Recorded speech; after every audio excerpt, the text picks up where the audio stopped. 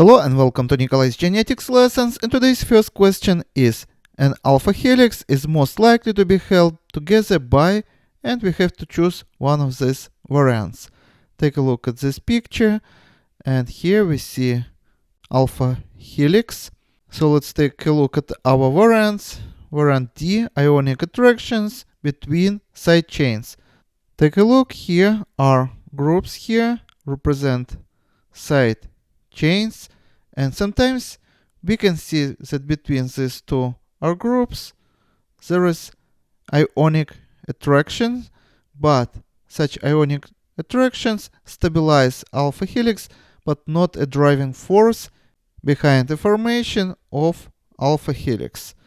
Now let's consider variant A, disulfide bonds, and if, for example, in R groups we are going to find sulfur here and here, then in this case they may form a strong connection in a form of covalent bond, but again we can see only such connections occasionally, and they're not a main driving force behind this alpha helix formation, but such connections can be stabilizing.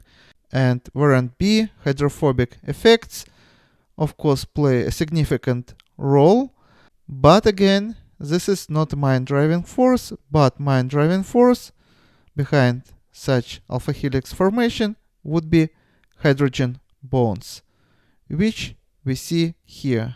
For example, here, here, here, here, and here. So these hydrogen bonds, these are weak connection between amino group of one amino acid and carboxylic group of the other amino acid, but because they are numerous, they play a major role in formation of the alpha helix. And next question: which of these is most likely to be preserved when a protein is denatured? And here is an example of denatured protein, because whites of the eggs is basically 100% protein. And as you see on this picture, it is mostly denatured due to application of heat. So it is not in its original form. Now let's analyze variants of the answers. For example, quaternary structure.